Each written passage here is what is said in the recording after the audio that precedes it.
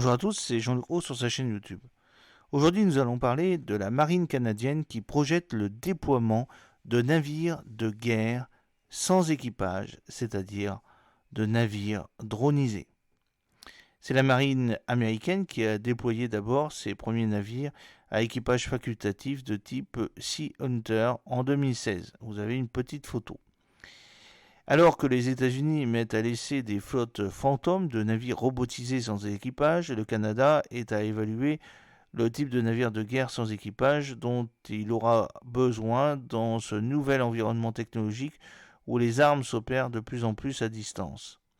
Selon le vice-amiral Angus Touchy, qui est interviewé par Canadian Broadcasting Corporation, CBC News, les Marines auront toujours besoin de grands navires de surface et de sous-marins de combat. Mais elles auront aussi besoin de navires automatisés et de drones navals, des engins qui ont changé la donne en matière de guerre navale en Ukraine.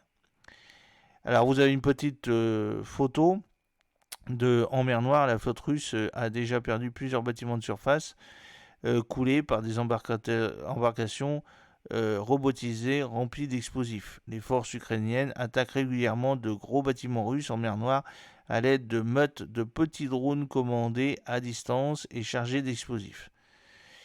La marine américaine teste des navires de surface sans pilote, USV, depuis plusieurs années déjà, et le concept s'est avéré suffisamment concluant pour que les Américains créent une flottille de bateaux sans équipage dans le Pacifique. Une deuxième unité de guerre qui opérera en tandem avec des navires de guerre conventionnels devrait être prête d'ici la fin du mois. Au Canada, on commence à peine à étudier le concept. Nous n'avons pas encore déterminé le pourcentage de navires sans équipage que nous voulons, a indiqué Angus Touchy. Le vice-amiral Angus Touchy, lors d'un discours en octobre 2023, vous pouvez voir sur la photo. Selon lui, les planificateurs navaux qui mènent une nouvelle étude sur la composition de la flotte se posent un certain nombre de questions lorsqu'ils examinent les différents types de navires autonomes qui pourraient bientôt être disponibles. Quelle est la bonne combinaison pour l'avenir lorsque nous remplacerons nos navires de défense côtière, s'interroge-t-il. Quelle est la bonne capacité dont nous devons disposer? Comment enrichir le navire de combat de surface canadien, la prochaine génération de navires de guerre, avec la bonne combinaison de capteurs? L'étude ne se limite pas aux vedettes rapides télécommandées et pour aides explosifs que l'Ukraine utilise en mer Noire. Elle s'intéresse à des navires plus grands, tels que des dragueurs de mines, Sea Hunter de 145 tonnes de la marine américaine. Alors vous avez une petite photo de ce dragueur de mines robotisé qui avait été amarré à San Diego. Des ordinateurs pilotent et contrôlent le navire, tandis qu'un humain à bord d'un autre navire observe en permanence les opérations, prêt à prendre les commandes à distance si nécessaire. Le navire peut patrouiller sans humain à la barre en utilisant son système de guidage optique et son radar pour rester à l'écart des autres navires et des obstacles. Dans sa récente étude sur l'avenir de la marine, l'Australie a déclaré qu'elle augmenterait le volume de sa flotte en y ajoutant des navires sans équipage destinés à assister les navires conventionnels. Le plan de renforcement de la flotte australienne comprend 20 destroyers et frégates sans équipage et 6 grands navires de surface à équipage optionnel, les LOSV, qui peuvent opérer avec des sous-marins à bord ou de manière autonome en tant que drones. Des changements majeurs quand on pense que tous les bâtiments devaient auparavant être opérés par des équipages formés et rompus à l'art du combat naval. Une chose est certaine, ces navires ont suscité l'intérêt du vice-amiral Touchy. Je regarde cela de très près car je pense que c'est quelque chose que nous pouvons intégrer dans le programme canadien de combat de surface. Nous devons le permettre non seulement avec des petits véhicules autonomes sur et sous l'eau, mais aussi avec des plateformes plus grandes qui pourraient être dotées d'un équipage la plupart du temps. Une citation de Angus Touchy, vice-amiral de la Marine royale canadienne. Le US Naval Institute News a récemment rapporté que la marine avait soumis une demande révisée au Congrès demandant un mandat pour étendre la flotte jusqu'à 381 navires habités d'ici 2050, contre 299 à l'heure actuelle.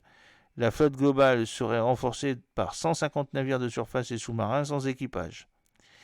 La guerre navale est donc en évolution. L'historien naval Mark Milner de l'Université du Nouveau-Brunswick a déclaré que la prolifération des navires sans équipage sera particulièrement importante pour les opérations navales à proximité des côtes.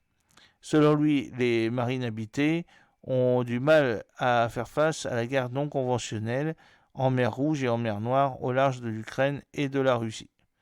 Ce qui s'est passé au cours de la dernière décennie en particulier est la prolifération des systèmes de missiles basés sur les côtes, comme ceux utilisés par les Houthis, mais aussi les systèmes de drones, a rendu les eaux littorales de plus en plus difficiles pour les marines, explique M. Milner.